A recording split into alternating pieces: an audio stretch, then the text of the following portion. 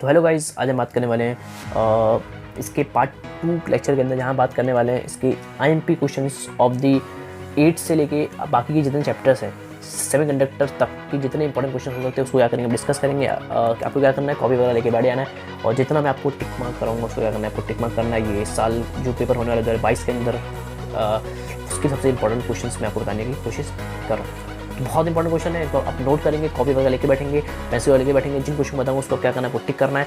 और अच्छा आपको समझा भी दूंगा कि इसके अंदर भी क्या क्वेश्चन ज़्यादा इंपॉर्टेंट है जो इस साल पेपर के अंदर आने वाले हैं। अगर आप इसको देख लोगे, मुझे गारंटी है कि मैक्सिमम 85 से लेकर 90% क्वेश्चन यहीं से आने वाले हैं और हल्का सा आपको लॉजिक होना चाहिए, समझ गए। तो इसको आप चेक कर लेंगे कि आपने इन क्वेश्चन को सॉल्व किया है कि नहीं, समझ गए। तो आप देख पा रहे हैं कि इसके अंदर जो डॉस होता है क्या आप देख सकते हैं। उसका ये जो डेरिवेशन देख पा रहे हैं, ये जो डेरिवेशन है ये आपको आ सकता है कि स्फीयर का शेल के से कितना इलेक्ट्रिक फील्ड बनती है, तो ये आप कर सकते हो।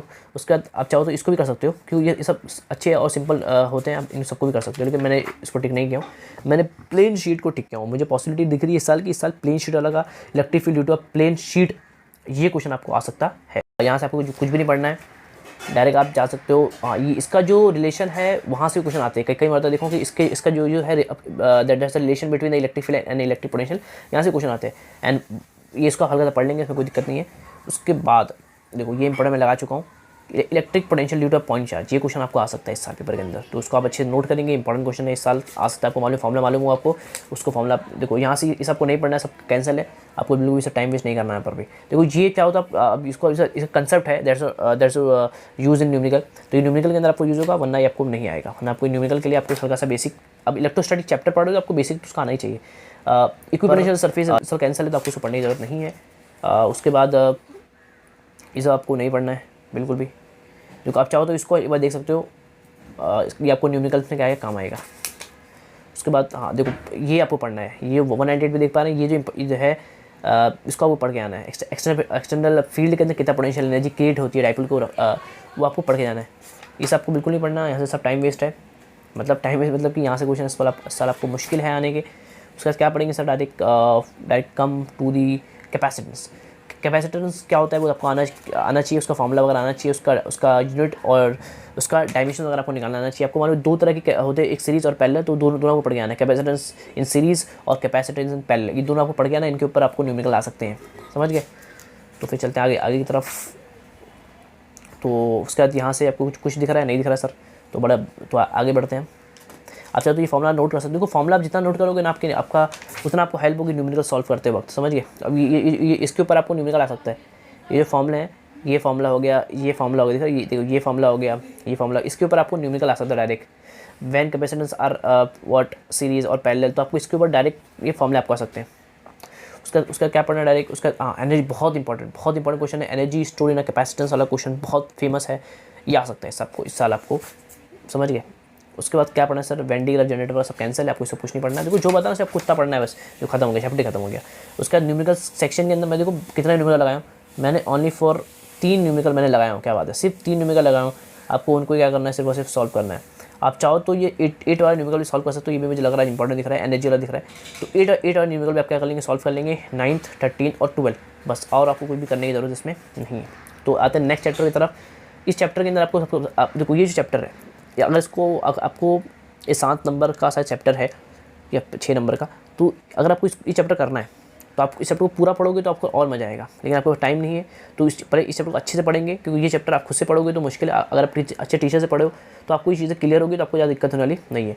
तो सबसे पहले Kirchhoff first law and Kirchhoff second law, ये दोनों क्वेश्चन आपको आ सकता है। Kirchhoff first law and second law, ये दोनों आपको 1 नंबर के लिए 2 नंबर के लिए आपको एक्सप्लेन करने आ सकता है। चैप्टर आप अंडरस्टैंडिंग के ऊपर आपको मालूम है बेस्ड चैप्टर है, काफ़ी उसमें अंडरस्टैंडिंग होनी चाहिए। वेस्टर्न ब्रिज का जो ये डेरिवेशन है ये आपको आ सकता है, मालूम है आपको, ये आपको आ सकता है, क्योंकि इससे मिलता जुलता आपका मीटर ब्रिज है, तो मीटर ब्रिज भी आपको आ सकता है। मतलब सर उन दोनों में से कोई एक ही आएगा।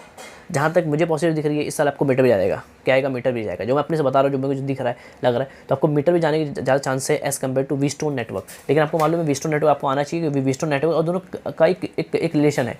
क्योंकि आपको व्हीटस्टोन नेटवर्क से ना आपको क्वेश्चन सॉल्व करने का थोड़ा आइडिया हो जाएगा। इस तरह के जो क्वेश्चन है वो आपको सॉल्व करने को इस तरह के क्वेश्चन आपको सॉल्व करने आइडिया हो जाएगा कि मतलब लूप किस तरह से लेना है, इसमें किस तरह से अप्लाई करना है लॉ वगैरह, तो आपको आ जाएंगे। अगर आपने किरचॉफ का ये जो व्हीटस्टोन नेटवर्क पढ़ा हो तो समझ गए। तो ये तो बहुत सिंपल आपको मालूम है। इसका डायग्राम आपको बनाने आएगा, इसका एक्सप्लेन करने का और ये इसको एक्सप्लेन करने का। इस तरह से आपको 4 नंबर का, ये 3 नंबर का आएगा आपको। 3 नंबर का क्या आएगा क्वेश्चन आएगा, एक्सप्लेन मीटर ब्रिज विथ मतलब फॉर्मूला ड्राइव करना होगा। तो ये आपको आ सकता है पेपर के अंदर, समझ गए। इंपॉर्टेंट है, इस साल आपको ये आ सकता है।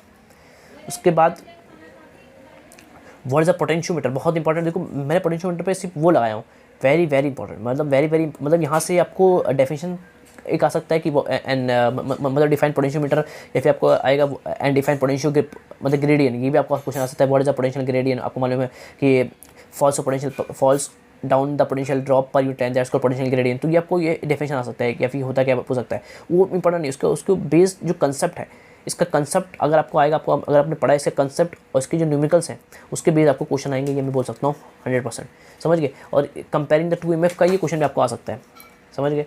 और वरना आप इन सब के लास्ट के जो है वो फॉर्मूले क्या रखेंगे, याद रखेंगे। क्योंकि ये फॉर्मूला क्या रखेंगे सिंपल तरीके से याद, ये बहुत सिंपल कंसेप्ट, एक अंडरस्टैंडिंग वाला चैप्टर है। यहाँ अगर आपको अंडरस्टैंडिंग होगी तब सब कर सकते हो। वोल्टेज डिवाइडर वगैरह आपको नहीं पढ़ना है। लाइक ऐसा एम मीटर वोल्ट मीटर आपको पढ़ के जाना, आपको मालूम है एम मीटर वोल्ट मीटर में से कोई क्वेश्चन आने वाला है, 100% में बोल सकता हूँ। तो ammeter voltmeter question note करेंगे, एक ही फॉर्मूला है एम मीटर वोल्ट मीटर के अंदर, उनको आप याद रखेंगे, बहुत सिंपल होता है, समझ गए। या इन दोनों का फर्क भी आपसे पूछ सकता है। उसका इस चैप्टर से क्या न्यूमेरिकल्स करा जाए, तो इस चैप्टर से मैं जो न्यूमेरिकल टिक किया हूँ इस पेज के अंदर आप देख लेंगे और उनको आप नोट कर लेंगे अच्छी तरीके से। यही न्यूमेरिकल आने वाले हैं ज़्यादा। देखो ये वोल्ट मीटर वाला क्वेश्चन वेरी इंपॉर्टेंट है। ये जो पोटेंशियल, देखो पोटेंशियल ड्रॉप, पोटेंशियल मीटर, ये क्वेश्चन आपको आ सकता है। देखो ये क्वेश्चन हो गया, सब सेम क्वेश्चन है, समझ गए। इन दोनों में से आपको कोई न्यूमेरिकल इसकी बेस्ड आपको आएगा, आप पेपर में देख लेना कि यही न्यूमेरिकल होंगे, समझ गए। चैलेंज सर, हाँ चैलेंज, बिल्कुल चैलेंज, समझ गए। ये सब क्वेश्चन हर साल का क्या है कि क्वेश्चन फिक्स होते हैं कि यहाँ से ये क्वेश्चन आता है तो वो फिक्स होता है, समझ गए। यहाँ से आपको कुछ भी नहीं पढ़ना अभी तक, क्योंकि सब कैंसिल पार्ट है। बहुत आपको सुकून है, देखो सब कैंसिल है, सब कैंसिल है, यहाँ से कुछ नहीं आपको पढ़ना है। यहाँ से ये है लेकिन आपको इसको भी नहीं पढ़ना है, क्या बात है सर, सब कैंसिल, मज़ा ही मज़ा, कुछ नहीं पढ़ना है, आपको कुछ नहीं पढ़ना है, क्या बात है। इसको आप चाहो तो इसका कंसेप्ट समझ सकते हो, उन्हें आपको पढ़ने की जरूरत नहीं है इसको भी। हाँ डायरेक्ट आएंगे आप अब एमसीजी के अंदर। एमसीजी आपको नहीं पढ़ना है, सब पढ़ना है क्या फिर, उस एमसीजी का कंसेप्ट पढ़ लो, ये डायग्राम देख लो, इसका फॉर्मूला देख लो कि एमसीजी के अंदर होता क्या है। आपको मालूम है MCG is a moving coil element in which we are detect the small current in the circuit. अगर मतलब कोई सर्किट है उसमें हल्का सा करंट होगा तो उसको क्या कर लेगा, ये पहचान लेगा, समझ गए। तो उसका फॉर्मूला क्या होता है, tau which is equal to NI/B होता है, समझ गए। ये उसका फॉर्मूला होता है, उसको आप याद रखेंगे।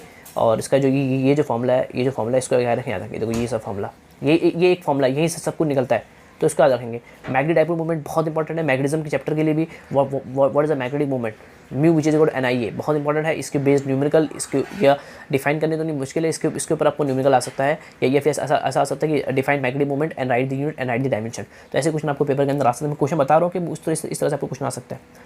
बायोट-सेवर्ट लॉ होता क्या है, ये आपको आना चाहिए, आइडिया sin θ/r² होता है। उसी तरह से देखो अब मैं कुछ इंपॉर्टेंट बताने वाला हूँ, ये इंपॉर्टेंट है, ये डेरिवेशन आपको आ सकता है। देखो ये एक डेरिवेशन है, आपको मालूम है। उसके बाद ये चाहो तो ये फॉर्मूला आप नोट कर सकते हो इसके लिए, इस पेज के लिए, वरना डायरेक्ट आप जा सकते हो। ये ज़्यादा, ये और भी इंपॉर्टेंट है, ये भी इंपॉर्टेंट है। उसके बाद ये इंपॉर्टेंट है, सारे तो सब तो इंपॉर्टेंट बता दिए। तो होना क्या पता, देखो होना क्या है कि ये या फिर इसके पहले ये जो न्यूमेरिकल है, ये इन दोनों में से एक आएगा। सर चांस किसके ज़्यादा आने के, वो भी बता रहा हूँ कि क्या ज़्यादा चांस है।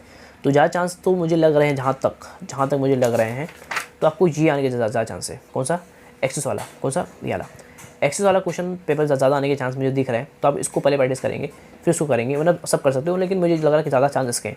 लेकिन इसके फॉर्मूले आप याद रखेंगे, सबका जो एंडिंग वाला फॉर्मूला है उसको याद रखेंगे, आप याद रखेंगे पूरा। ये तो ये भी ज़्यादा इंपॉर्टेंट है कि 2 नंबर का क्वेश्चन फेमस है, ये भी आपको आ सकता है। और सबका क्या रखेंगे आप, लास्ट का फॉर्मूला याद रखेंगे, क्योंकि न्यूमेरिकल आपको अगर बनाना है तो आपको सिर्फ फॉर्मूला याद होना चाहिए। 80% क्वेश्चन बोर्ड के जो है वो न्यूमेरिकल बेस्ड होते हैं, मतलब न्यूमेरिकल अप्लाई करो फॉर्मूला आता है। सिर्फ जो कुछ क्वेश्चन ऐसे होते हैं जिनमें कुछ एप्लीकेशन, कुछ कंसेप्ट होता है, वरना वो भी क्या होता है, सिंपल तरीके से सिंपल होते हैं। क्या बात सर, सिंपल तरीके सिंपल होते हैं, हाँ बहुत सिंपल होते हैं। उसके बाद आपको क्या पढ़ना है, उसका आपको पढ़ना है एम्पियर लॉ। क्या पढ़ना है, एम्पियर लॉ। एम्पियर लॉ का आपको पढ़ना नहीं है, कभी जल्दी आता नहीं है। इसका आपको कंसेप्ट आना चाहिए कि एम्पियर लॉ होता क्या है, जैसे partial integration of B.dx is equal to mu not I, ये आपको पढ़ के आना होगा। सर इसका अंडरस्टैंडिंग आपको होना चाहिए। तो क्योंकि इसके ऊपर 2 जो डेरिवेशंस है, एक टॉरॉइड वाला डेरिवेशन और एक सोलेनॉइड, ये टॉरॉइड और ये आपका सोलेनॉइड। तो इन दोनों में से एक आपको पेपर के अंदर दिख सकता है, ऐसे मुझे लगता है। तो इन दोनों में से कोई एक डेरिवेशन आपको पूछेगा। इनका जो फॉर्मूला है, दोनों को मालूम है, इन दोनों का formula find the magnetic field दोनों का होता है, दोनों सेम होता है। इसका म्यू नॉट NI, इसका म्यू नॉट NI होता है। तो इन दोनों का क्या है, आपको सेम है। बात देख पा रहे हैं यहाँ पर जो न्यूमेरिकल दिख रहा है, जो मैंने टिक किया उसको क्या करेंगे, अच्छे से प्रैक्टिस करेंगे। यही न्यूमेरिकल ज़्यादा चांस है। देखो इतने बड़े चैप्टर में से मैं लगा 3 न्यूमेरिकल इस पेज के अंदर, और इस पेज के अंदर मैं लगाया 3 न्यूमेरिकल। ये 3 न्यूमेरिकल सेम देखो, ये और ये दो सिर्फ फॉर्मूला, सब फॉर्मूला बेस्ड, सिर्फ फॉर्मूला अप्लाई करना है, न्यूमेरिकल लाना है। ये क्वेश्चन भी ज़्यादा इंपॉर्टेंट होता है, बड़ा दिख रहा है लेकिन सिंपल MCG का जो फॉर्मूला है उसके ऊपर बेस्ड है। आपको मालूम होगा कि what NIAB is equal to C5, ये जो फॉर्मूला है उसी पर क्या ये बेस्ड है। और ये दोनों में सिंपल फॉर्मूले बेस्ड है। मैग्नेटिक फील्ड होता है, इसमें कितना होता है, म्यू नॉट NI होता है, इसमें म्यू नॉट NI होता है। Where N is the number of turns per unit length, where N is the number of turns per unit circumference, मतलब 2 पायर के बराबर होता है। तो ये 2 क्वेश्चन आपको पेपर के अंदर दिख सकता है, समझ गए। मैग्नेटिक मटेरियल आपको मालूम है, इसमें तो कुछ पता की जरूरत ही नहीं है कि आपको मालूम है इसमें से आपको 2 पेज पढ़ना है बस, मतलब सर सिर्फ 2 पेज पढ़ना है। 5 नंबर आपको मालूम है, ये 3 से 5 नंबर का चैप्टर है और 2 पेज पढ़ना है, 5 नंबर लेके आना है, तो उसको आपको छोड़ना ही नहीं बिल्कुल भी। तो इसमें क्या पढ़ना है सर, देखो origin of magnetism in material के अंदर आपको सबसे ये जो very very very important derivation लगा चुका हूँ मैं।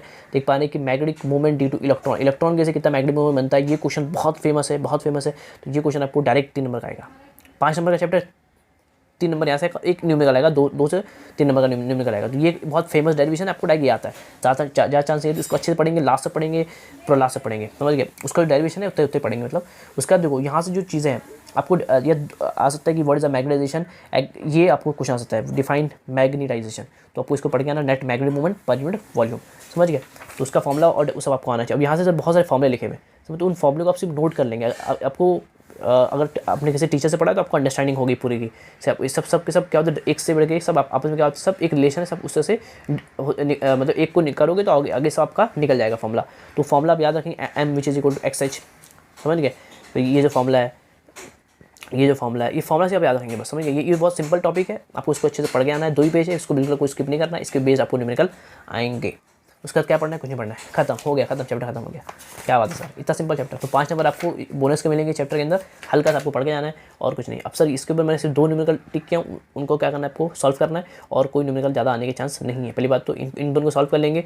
और किस तरह के न्यूमेरिकल आ सकते हैं मैं अगर बता दूँ तो आपको मालूम है, मैग्नेटिक मूवमेंट जो आपको आपने निकाला इलेक्ट्रॉन का उस पर, और जो मैंने आपको फॉर्मूला याद कराया उसके ऊपर बेस्ड न्यूमेरिकल आपको आएंगे। तो आपको बिल्कुल डरना नहीं है, सिंपल तरीके से उन फॉर्मूले को अप्लाई करना और आंसर लेके आना, समझ गए। Find magnetic movement of an electron, find magnetic movement, ऐसे मैग्नेटिक मूवमेंट वाले क्वेश्चन इस चैप्टर से ज़्यादा आने के चांस होते हैं। तो इनमें से कोई न्यूमेरिकल आएगा, आपको सिंपल करना है, डरने की जरूरत बिल्कुल भी नहीं है। स्कोरिंग चैप्टर, उसके बाद इलेक्ट्रोमैग्नेटिक इंडक्शन। देखो ये चैप्टर काफ़ी डिफिकल्ट है, इसके बाद की 2 चैप्टर काफ़ी डिफिकल्ट है, लेकिन मैं कोशिश करूँगा आपको बताने की जो ज़्यादा चांस है पेपर में आने के। तो पहले तो इस Friday first law and Friday second law. देखो ये फ्राइडे फर्स्ट लॉ बहुत फेमस है चैप्टर से, फ्राइडे फर्स्ट लॉ आपको आते ही आता है। उसके बाद लेंस लॉ पढ़ना है आपको, लेंस लॉ और फ्राइडे का फर्स्ट लॉ, ये दोनों आपको पढ़ के आना है। फिर ये देखो ये फिर क्या पढ़ना है सर, इसको Lenz law and Fridays law आप इसको छोड़ सकते हो, उसको मैं इंपॉर्टेंट लगा लेकिन इसको छोड़ सकते हो, इतना काम करिए आपने पहले पढ़ लिया है तो उसको यहाँ पे आपको पढ़ने की जरूरत नहीं है। उसका देखो ये जो है, ये जो फॉर्मूला दिख रहा है आपको, फॉर्मूला ये जो फॉर्मूला दिख रहा है, इस फॉर्मूले को आप चाहो तो याद कर सकते हो, समझ गए। मैं अच्छे करता हूँ कैमरे को, तो इसको आप याद कर सकते हो। ये जो फॉर्मूला है, ये कंसेप्ट डेविएशन आपको नहीं चलेगा, ये फॉर्मूला आपको आना चाहिए। बवाल क्या फॉर्मूला उसका, बवाल फॉर्मूला होता है, BLV, समझ गए, BVL मतलब बोल सकते हैं बवाल। तो ये फॉर्मूला याद रखना है, और इसका भी ये जो फॉर्मूला याद रखना। आपको मालूम है कि कुछ नहीं होता, अगर किसी मैग्नेटिक फील्ड के अंदर कोई रॉड को घुमा देंगे आपको, तो वो क्या बनता है, तो वो बनता है क्या, बैटरी का बनता है, बैटरी बन जाता है। ये मतलब ये कंसेप्ट होता है कि अगर किसी मैग्नेटिक फील्ड के अंदर कोई रॉड को अगर क्या करोगे, रोटेट कर दोगे, तो they will become a EMF, और बैटरी का मतलब बैटरी बन जाएगा। ये जो रॉड क्या बन जाएगा, बैटरी बन जाएगा। तो बैटरी होगा मतलब उसका EMF होगा, और वो EMF कितना होता है, हाफ BWL² होता है, समझ गए। B ओमेगा बोलते हैं उसको, ओमेगा L² बोलते हैं। तो ये इस फॉर्मूला से आपको कंसेप्ट आपको आना चाहिए, फॉर्मूला आपको आना चाहिए, और कुछ भी करने की आपको जरूरत नहीं। यहाँ से सब कुछ कैंसिल, आपको बिल्कुल कुछ नहीं पढ़ना है यहाँ पे, बैक EMF वगैरह, टॉर्क वगैरह कुछ भी नहीं पढ़ना है। डायरेक्ट आपको आना है इसके अंदर, इसमें आप इसको स्किप कर सकते हो। ED करंट क्या होता है हल्का सा देख सकते हो, वर्ड है ED करंट हल्का सा। उसका सेल्फ इंडक्टेंस और म्यूचुअल इंडक्टेंस, इनमें से एक आपको पेपर के अंदर दिख जाएगा, गारंटी लिख लो यहीं पर, समझ गए क्या, कि सेल्फ इंडक्टेंस और म्यूचुअल इंडक्टेंस में से आपको एक क्वेश्चन आपको पेपर के अंदर दिख सकता है। उसके बाद क्या सर, इसको आपको नहीं पढ़ना। इसके अंदर energy store in a magnetic field, ये क्वेश्चन है, तो ये क्वेश्चन आपको आ सकता है। एनर्जी स्टोर इन कैपेसिटर और energy store in a magnetic field, ये दोनों क्वेश्चन आपको पेपर के अंदर दिख सकते हैं, समझ गए। उसके बाद यहाँ से आपको देखो ये आपका म्यूचुअल इंडक्टेंस, दोनों आपको मालूम सेल्फ इंडक्टेंस और म्यूचुअल दोनों सेम है। वहाँ सिर्फ L आता है, यहाँ पे M आता है, और कुछ वहाँ पे L आएगा, L is the coefficient of self inductance, यहाँ M आएगा which is a coefficient of mutual inductance. तो इन दोनों में से आपको कोई भी एक कर लेंगे तो आप दूसरा हल्का अपने सब समझ सकते हो, लेकिन दोनों इंपॉर्टेंट है, आपको हल्के से इसको समझ के जाना है क्योंकि ये क्वेश्चन आपको पेपर के अंदर आ सकता है। उसका ये फॉर्मूला आप देख सकते हो, फॉर्मूला बेस्ड क्वेश्चन आपको आ सकता है, coefficient of that's coupling between two, तो आप इसको देख सकते हो। उसका लास्ट बहुत इंपॉर्टेंट टॉपिक इस चैप्टर का दैट्स कॉल्ड ट्रांसफार्मर। यहाँ से बहुत सारे क्वेश्चन आपको पेपर में देखने को मिलेंगे। ट्रांसफार्मर का डायरेक्ट 3 नंबर का आपको पूछेगा कि एक्सप्लेन वर्किंग ऑफ ट्रांसफार्मर, या इसके बेस्ड न्यूमेरिकल आपको आएगा, तो उसको अच्छे से करके जाना है। एक ही फॉर्मूला आपको मालूम है, ये बेस्ड है फ्राइडे के लॉ के। अगर आपको फ्राइडे का लॉ आता है तो आपको इसमें कोई दिक्कत होने वाली नहीं है। उसके बस जो बता रहा आपको वही करना है बस। देखो 5th 6th 8th 12th और 15 ये 3 न्यूमेरिकल क्या 5 जो न्यूमेरिकल इसको क्या करेंगे, अच्छे नोट करेंगे और इनको सॉल्व करेंगे, आपका यही पेपर के अंदर आने के ज़्यादा चांस होंगे। समझ गए, फॉर्मूला अच्छे से याद रखेंगे और कुछ नहीं। 5 दिन था, आप अच्छे से इसको पढ़ सकते हो। मैं तो बता रहा हूँ कि ये सब अगर आपने नहीं पढ़ा है तो उसको आप पढ़ लेंगे ताकि आपको कोई दिक्कत ना हो। इसमें जो RMS वैल्यू होती है, एवरेज करंट कितना होता है, RMS करंट कितना होता है, उसका वैल्यू क्या होता है, सिर्फ याद रखेंगे उनकी वैल्यूज़ कितनी होती है। RMS करंट की वैल्यू, एवरेज करंट की वैल्यू कितनी होती है उसको याद रखेंगे सिर्फ और सिर्फ। AC voltage applied to R resistor, इसका आप थोड़ा सा देख सकते हो, ये सिंपल होता है, इसका आपको आना चाहिए। आपको अगर ये चैप्टर उसको आएगा जिसका करंट इलेक्ट्रिसिटी अच्छा है, क्योंकि वहाँ पे किरचॉफ लॉ वगैरह बताया गया है, तो उस समय यहाँ पे क्या होगा, यूज़ होगा। समझ गए, तो यहाँ पर ये सब देख सकते हो आप, जितनी चीज़ें मैंने ये जो फॉर्मूला रखा हूँ इसको क्या याद रखेंगे। समझ गए, इंडक्टिव रिएक्टेंस क्या होता है, एक्सेल क्या होता है, इसको आप पढ़ के जाएंगे। एक्सेल इजिकल टू क्या होता है, देखो ओमेगा होता है, इसको भी याद रखेंगे। What is the inductive reactance, ये याद रखेंगे। ये सब कंसेप्ट है। I is equal to sin omega t - π/2 कब होता है, जब अपने पास क्या होता है, इंडक्टर होता है। इंडक्टर के अंदर करंट क्या होता है, कम होता है, देखो कम हो गया, -π/2 क्या होता है, कम हो जाता है। लेकिन अगर अपने पास कैपेसिटेंस होगा तो वहाँ पे क्या ज़्यादा ज़्यादा प्लस क्या होता है, प्लस π/2 ज़्यादा हो जाता है। बस ये सब इसका डेरिवेशन भी होता है, लेकिन आपको डेरिवेशन नहीं याद रखेंगे तो चलेगा, लेकिन इसका आपको फॉर्मूला आना चाहिए। कैपेसिटिव रिएक्टेंस और इंडक्टिव रिएक्टेंस, इन दोनों में से एक आएगा आपको, या फिर इन दोनों का फ़र्क हो सकता है इस तरह से। जैसे यहाँ पे इन दोनों जो फ़र्क है वो वैसा इन दोनों का फ़र्क भी पूछ सकता है। तो जो आपको बता रहा हूँ, देखो ये LCR सर्किट है। LCR सर्किट आप चाहो तो पढ़ सकते हो, LCR सर्किट से क्वेश्चन आएंगे। LCR सर्किट का ये आप इसको अच्छे से पढ़ेंगे कि उसके बेस्ड आपको न्यूमेरिकल भी आ सकता है। समझ गए, ये इंपेडेंस, ये जो ट्राइंगल है, ये Z का फॉर्मूला और ये tan phi, ये दोनों का फॉर्मूला आपको अच्छे से याद होना चाहिए। ये टॉपिक है अंडरस्टैंडिंग और टॉपिक है, इस चैप्टर थोड़ा सा ज़्यादा अंडरस्टैंडिंग है, वो सबको आएगा तो आपको चीज़ें अच्छे से होगी, समझ में आएगी। LC ऑसिलेशन आपको नहीं पढ़ना है, फिर भी नहीं पढ़ना। इलेक्ट्रिक रेजोनेंस, ये जो देखो इसमें सीरीज रेजोनेंस जो सर्किट है, ये जो F = 1/2 √LC, ये इसके ऊपर बेस्ड आपको एक न्यूमेरिकल आएगा। और ये डेरिवेशन जो देख पा रहे हैं इसको आप करना है, डेरिवेशन आपको चालू यहाँ से करना है। समझ गए, इसको हल्का सा लिखना है, फिर यहाँ से आपको क्या करना है, सिंपल तरीके से इसको चालू करना है। तो ये आपको पेपर के अंदर आ सकता है, इसको हल्का सा आप रखेंगे याद कि रेजोनेंस वाला क्वेश्चन और उसके ऊपर बेस्ड फॉर्मूला आपको आएगा। सीरीज पहले सब छोड़ दो, इस सब इतना फेमस नहीं है। डायरेक्ट आप जाएंगे, डायरेक्ट चैप्टर का एंड हो गया है सर, ख़त्म।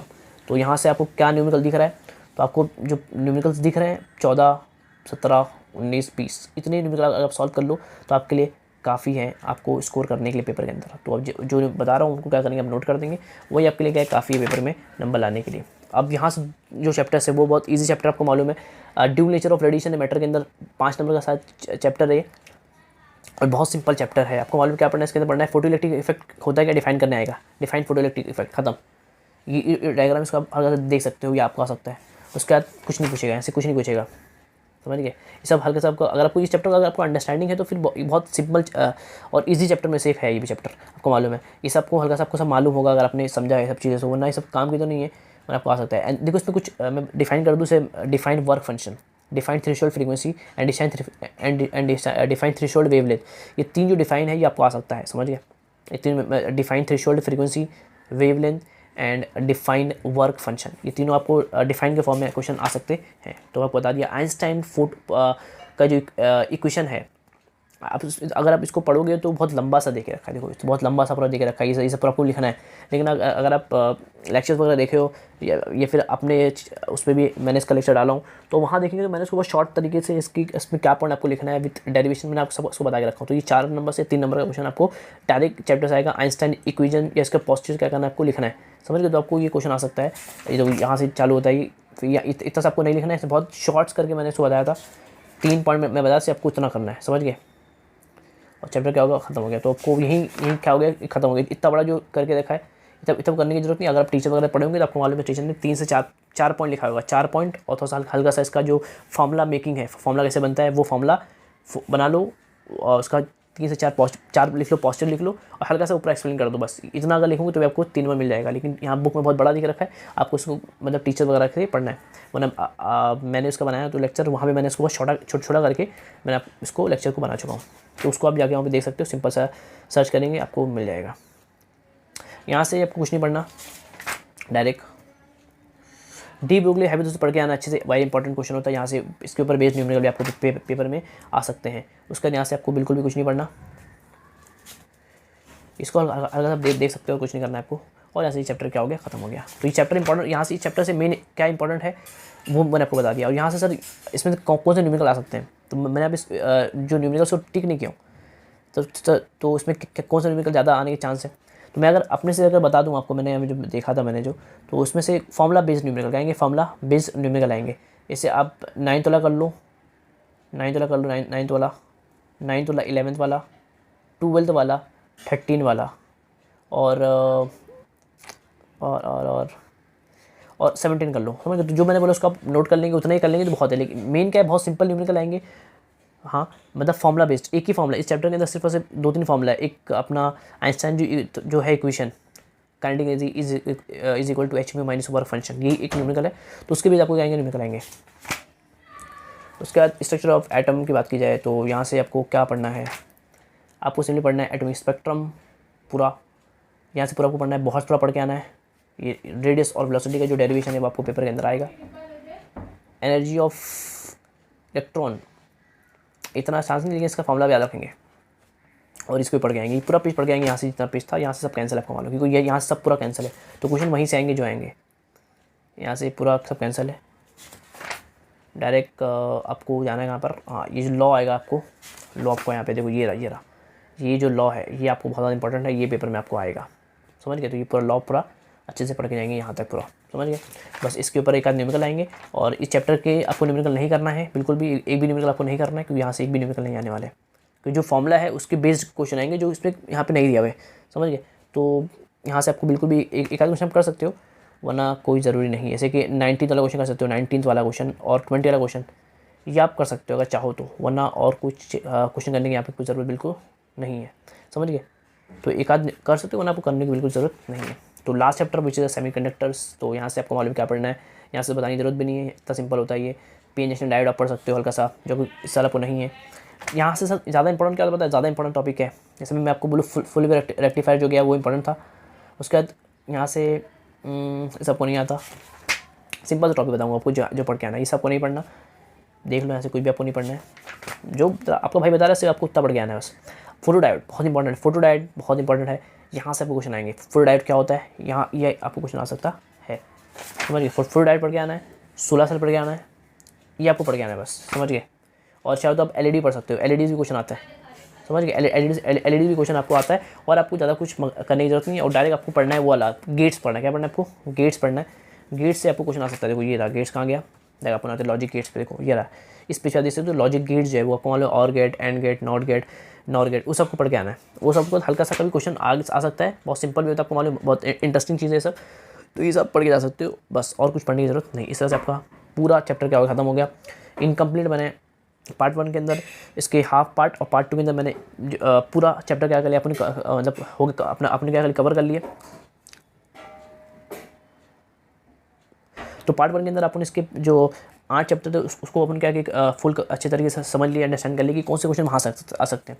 उसके बाद जो बाकी के चैप्टर भी अपन क्या करिए कवर कर लिए। आपको इतने क्वेश्चन क्या करना है, प्रैक्टिस करना है। मैक्सिमम चांसेस है कि यही क्वेश्चन आपको पेपर के अंदर आएंगे। बहुत ज़्यादा सोचने समझने के बाद, पेपर देखने के बाद मैं इन क्वेश्चन का क्या क्या मार्क और टिक के आपके लिए, तो उसको अच्छे से प्रैक्टिस करेंगे। बहुत इंपॉर्टेंट क्वेश्चन है ये, और आप देखेंगे एग्जाम के बाद कि मैक्सिमम क्वेश्चंस यहीं से आए होंगे। 85 से 90% क्वेश्चन यहीं से आएंगे। अगर आप इनको कर लेंगे तो आपकी गारंटी से बोल सकता हूँ कि आपके 85+ आएंगे।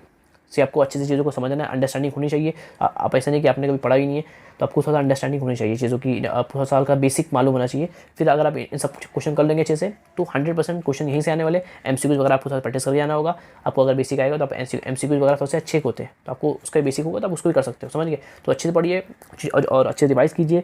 बोर्ड वगैरह पेपर देख कर जाइए, और जो मैं बताया उसको अच्छे से नोट करके उसको अच्छे से हर क्वेश्चन को सॉल्व करके आइए, समझ गए। तो मैं चलता हूँ, जब तक के लिए पढ़ाई करते रहें। ऑल द बेस्ट कल के एग्ज़ाम के लिए। Okay bye.